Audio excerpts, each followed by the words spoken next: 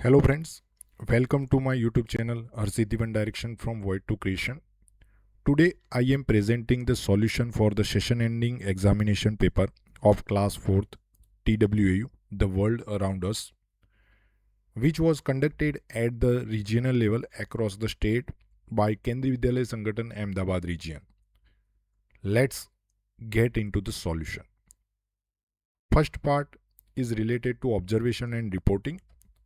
Observe the image and answer the following. We have to observe, identify the name of the game. अगर हम इस picture को observe करते हैं, we can see that there are 1, 2, 3, 4, 5, 6 and 7 tiles or 7 stones and 1 ball. जैसे ही आपने ये picture देखा तो आपको गेम का नाम का पता चल गया होगा.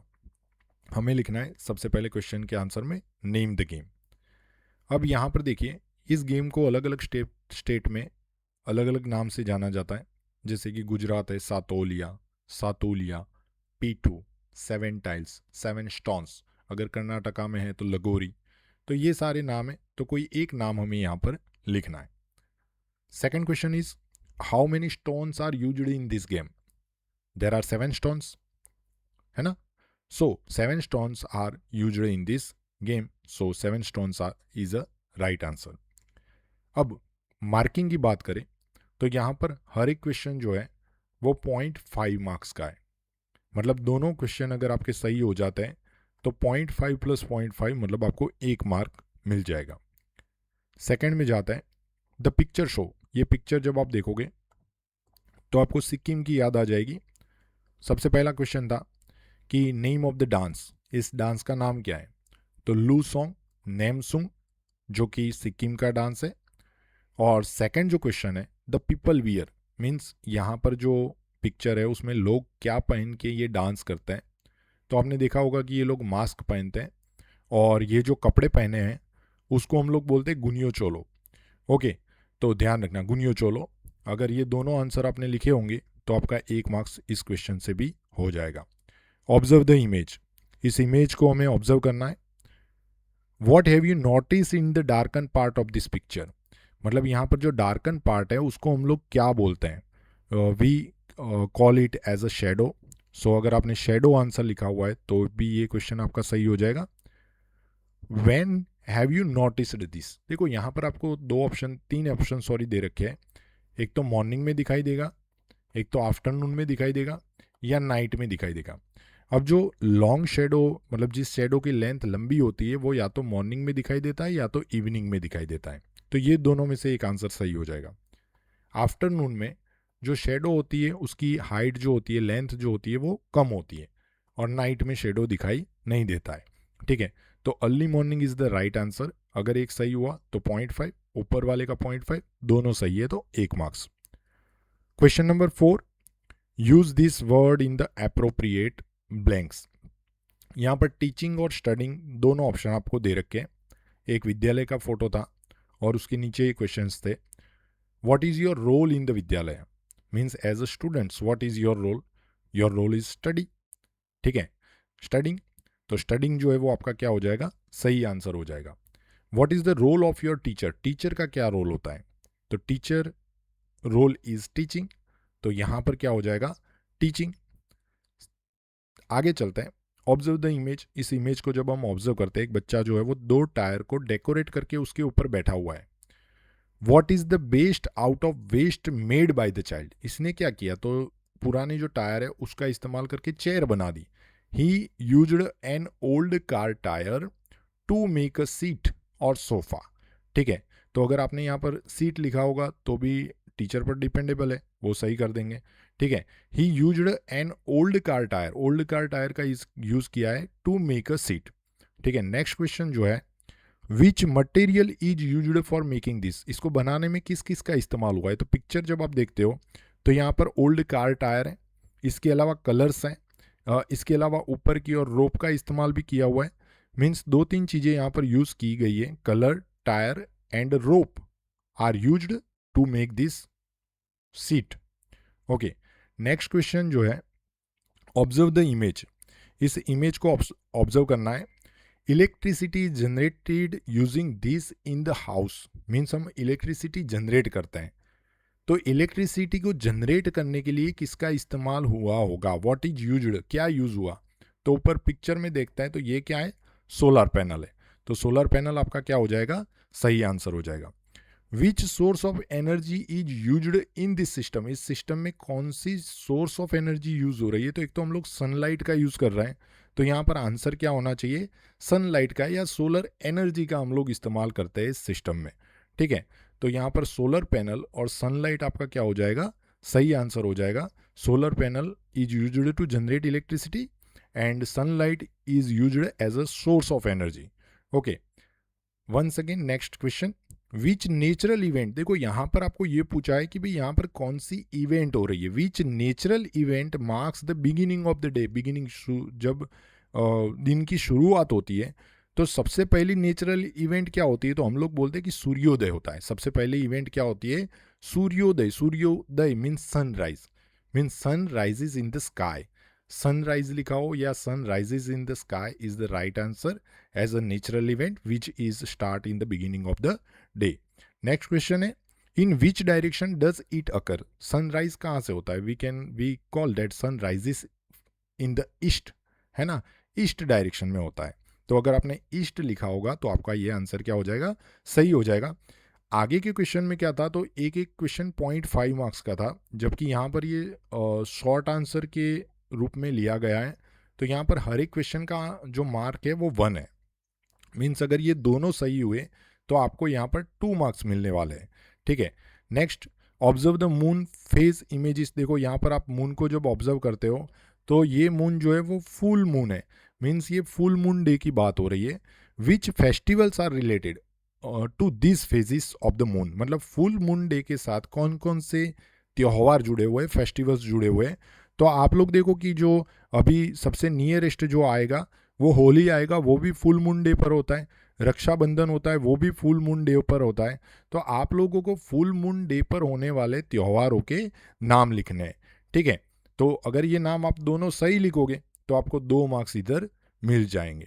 ठीक है, नेक्स्ट जो है वो सेक्शन चेंज हो रहा है, आइडेंटिफिकेशन एंड क्लासिफिकेशन। ये पिक्चर आप देख रहे हो, आइडेंटिफाई, सॉरी ये क्वेश्चन पहले अलग है। Identify the plant and right it's name. Rajasthan यानी कि जो डेजर्ट एरिया होता है, डेजर्ट एरिया में आपको कौन से प्लांट्स देखने को मिलते हैं, तो we can see babul tree, we can see khejri tree in the Rajasthan, और cactus tree also, cactus plant sorry. तो आप लोग देखो, हम लोगों को कैक्टस, खेजड़ी, बबुल के पेड़ जो है वो राजस्थान यानी कि डेजर्ट एरिया में देखने को मिलता है। तो इनमें से कोई एक नाम लिखा होगा या 2 नाम लिखे होंगे तो वहां पर आपको 1 मार्क मिल जाएगा। Identify and name the traditional dress. ये पिक्चर जो दिख रहा है उसमें कौन कौन सा ट्रेडिशनल ड्रेस का यूज किया गया है, जो कि पंजाब, ये पिक्चर देखकर ही पता चल जाता है कि ये पंजाब स्टेट से जुड़ा हुआ है। तो हम लोग यहाँ पर देखते हैं कि जो मेल है उन्होंने टर्बन पहनी हुई है, धोती पहनी हुई है। ठीक है, फीमेल जो है उन्होंने कुर्ता सलवार पहना हुआ है, दुपट्टा पहना हुआ है। तो ये आप आंसर में लिख दो कि मेल ने क्या पहना हुआ है, कुर्ता पहना हुआ है। ठीक है, और फीमेल ने क्या पहना हुआ है, ड्रेस और दुपट्टा पहना हुआ है। ठीक है, इसके अलावा टर्बन भी ऐड कर सकते हो। तो ये अगर दोनों आपने सही लिख दिया, मेल और फीमेल का, 0.5 करके इसका 1 मार्क्स आपको मिल जाएगा। Observe the image, name the modern machine shown in the picture. यहाँ पिक्चर में जो मशीन दे रखी है मॉडर्न मशीन, उसको हम लोग क्या बोलते हैं, ट्रैक्टर बोलते हैं। ठीक है, how does the machine shown help farmers.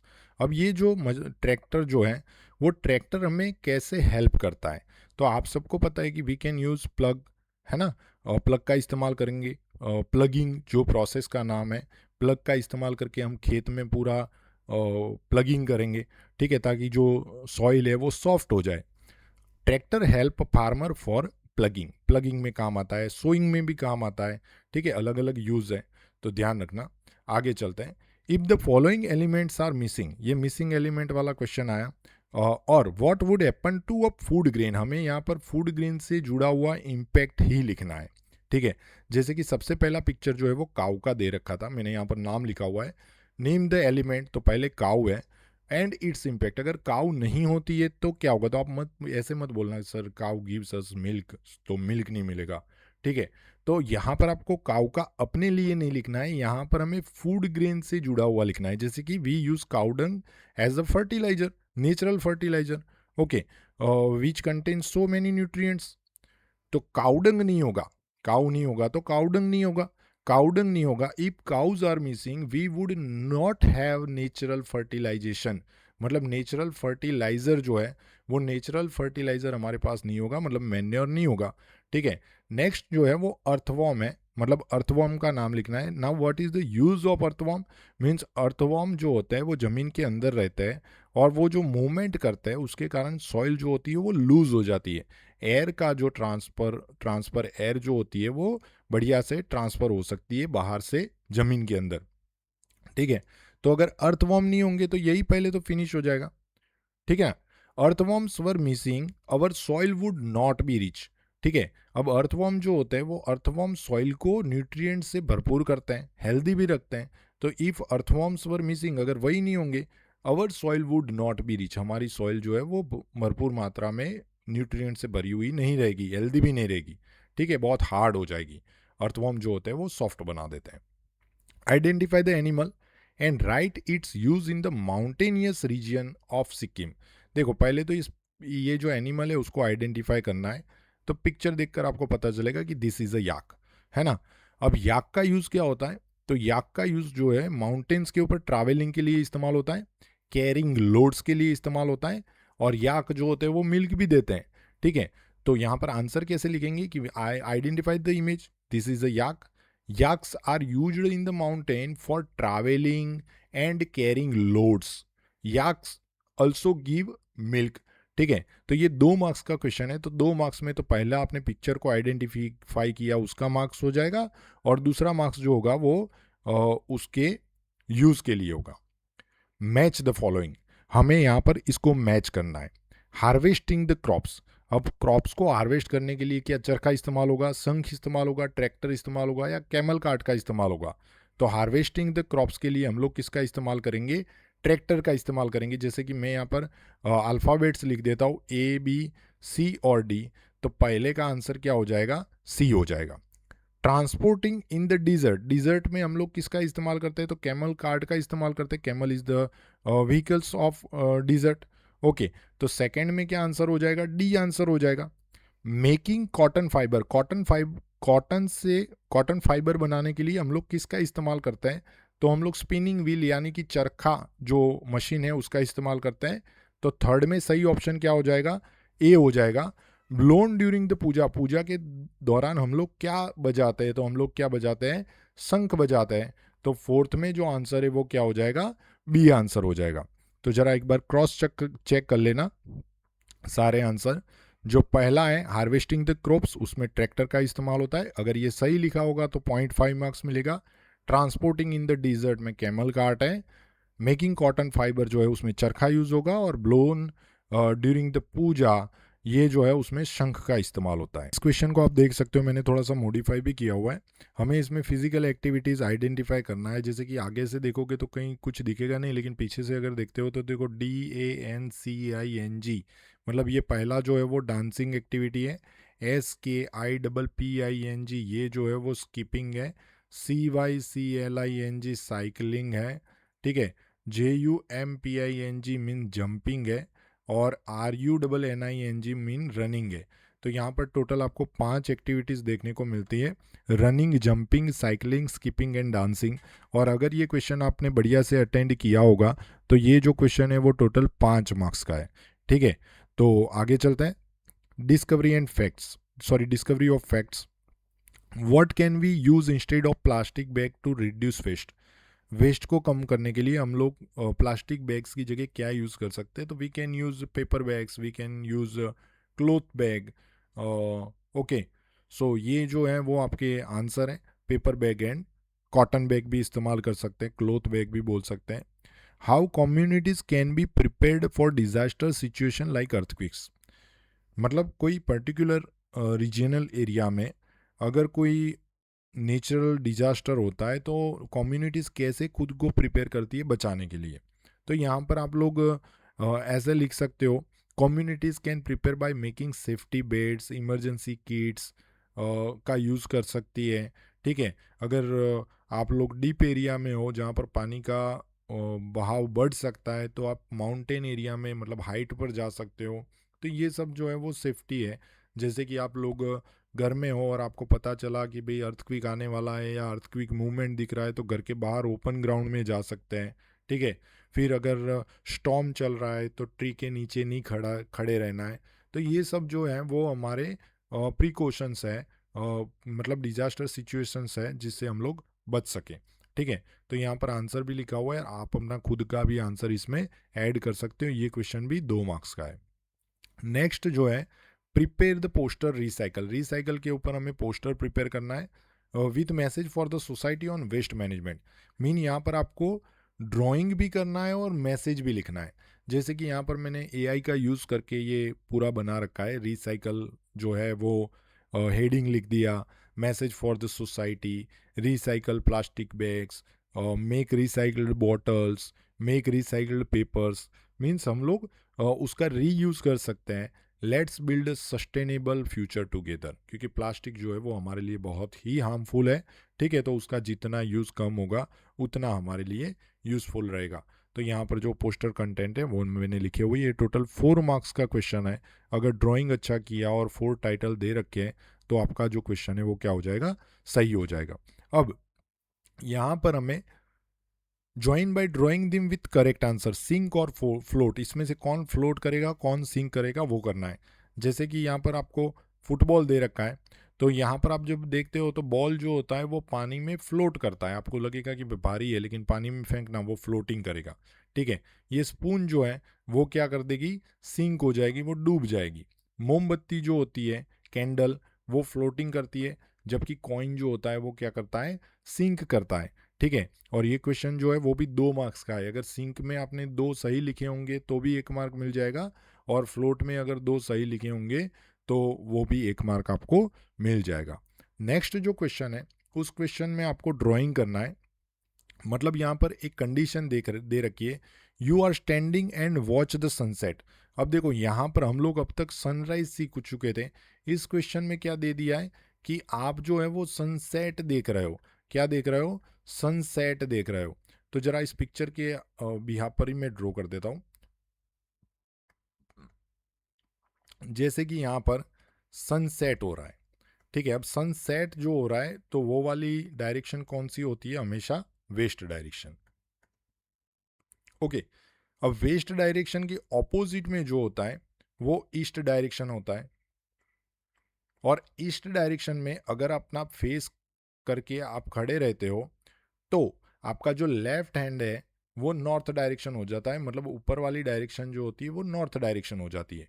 तो इसके बिल्कुल ऑपोजिट में कौन सी डायरेक्शन हो जाएगी, साउथ डायरेक्शन हो जाएगी। ठीक है, अब आपको क्या बोला हुआ है, you are standing and watch the sunset in front of you. तो हम खड़े हो गए, सनसेट वेस्ट में होता है, उसकी ऑपोजिट में ईस्ट ले लिया। ईस्ट की आगे अगर हम फेस करके देखते हैं तो ऊपर वाली डायरेक्शन जो है वो नॉर्थ हो जाती है और नीचे वाली डायरेक्शन जो है वो साउथ हो जाती है। अब क्या बोला हुआ है, draw a pencil in the south. मतलब साउथ में आपको क्या ड्रॉ करनी है, पेंसिल, ये कर दी। An eraser in the east, east में क्या ड्रॉ करना है, इरेजर, ये कर दिया। And a book in the north, north कहाँ है, ऊपर की ओर, यहाँ पर क्या करना है, ड्रॉ करना है बुक, तो ये बुक ड्रॉ कर दी। अगर आपने ये सही ड्राइंग किया होगा तो ये जो क्वेश्चन है वो 2 मार्क्स का है। और लास्ट जो क्वेश्चन है वो डायरेक्शन से जुड़ा हुआ है। ठीक है, और डायरेक्शन के हिसाब से आपको इसका क्या करना है, आंसर लिखना है। ठीक है, locate the state in India on the map where the following are famous और लोकेटेड। देखो चाम डांस दिया हुआ है, चाम डांस जो है वो सिक्किम में होता है। पहले मैं सारे जो ऑप्शन दे रहे उन दे रखे हैं उनके आंसर बता देता हूँ। तो जो चाम डांस है वो सिक्किम में होता है। जो रथ यात्रा होती है वो उड़ीसा में आपकी बुक में दे रखा है। इसके अलावा अहमदाबाद में भी होती है। ठीक है, तो अलग अलग प्लेसेस पर होती है, तो वहाँ पर थोड़ा सा वेरिएशन आपके आंसर में हो सकता है, लेकिन बुक में उड़ीसा दे रखा है। ठीक है, नेक्स्ट जो है वो जैसलमेर फोर्ट जो कि राजस्थान में, वो भी आपको पता है। और उसके बाद जो दे रखा है वो गोल्डन टेम्पल था। गोल्डन टेम्पल जो है वो हमें पंजाब स्टेट में देखने को मिलेगा। अब हमें इन सबको मैप में मार्क करना है। पहले सिक्किम कहाँ पर है, तो ये वाला जो प्लेस है, मैं यहाँ पर थोड़ा पेन का कलर चेंज कर देता हूँ। ये जो प्लेस है वो सिक्किम है। ठीक है, तो यहाँ पर सिक्किम में क्या हो जाएगा, चाम डांस हो जाएगा। तो मैंने यहाँ पर 1 नंबर लिख दिया है, ठीक है। मैंने क्या लिख दिया है, 1 नंबर लिख दिया है, ताकि आपको पता चले कि भाई चाम डांस जो है वो सिक्किम में रहेगा, ठीक है। और ये सिक्किम है, यहाँ पर देखो मैंने 1 किया हुआ है, ठीक है। तो आप लोग यहाँ पर अलग अलग तरीके से शो कर सकते हो, जैसे कि डॉट कर दिया और डॉट करके एरो करके सीधा लिख दिया चाम डांस या सिक्किम लिख दिया, ठीक है। वैसे आपको तो एक्टिविटी शो करनी है तो यहाँ पर आपको चाम डांस लिखना चाहिए, ठीक है। मैंने स्टेट इसलिए बताया ताकि आपको ईजी रहे। अब रथ यात्रा जो है वो उड़ीसा में होती है, तो उड़ीसा जो स्टेट है वो यहाँ पर है, तो आपको यहाँ पर 2 नंबर लिखना पड़ेगा, या तो फिर यहाँ पर आपको क्या लिखना पड़ेगा, रथ यात्रा लिखनी पड़ेगी, ठीक है। किसी ने गुजरात में शो कर दी तो भी कोई दिक्कत नहीं है, क्योंकि अहमदाबाद में बड़ी रथ यात्रा होती है, ठीक है। तो ये भी मतलब बुक के हिसाब से उड़ीसा करना चाहिए। जैसलमेर फोर्ट जो है वो हमें राजस्थान में देखने को मिलता है, तो यहाँ पर आपने अगर 3 नंबर लिख दिया तो भी सही है, अगर आपने यहाँ पर रथ यात्रा लिखा तो भी सही है। और गोल्डन टेम्पल जो है वो हमारा पंजाब है, तो पंजाब में आपने 4th नंबर लिख दिया या वहाँ पर गोल्डन टेम्पल लिख दिया, तो आपके आंसर क्या हो जाएंगे, सही हो जाएंगे, ठीक है। तो यहाँ पर अपना जो पेपर सॉल्यूशन है वो फिनिश होता है। अगर आपको ये वीडियो पसंद आए तो आपके दोस्तों के साथ ज़रूर शेयर कीजिएगा। धन्यवाद।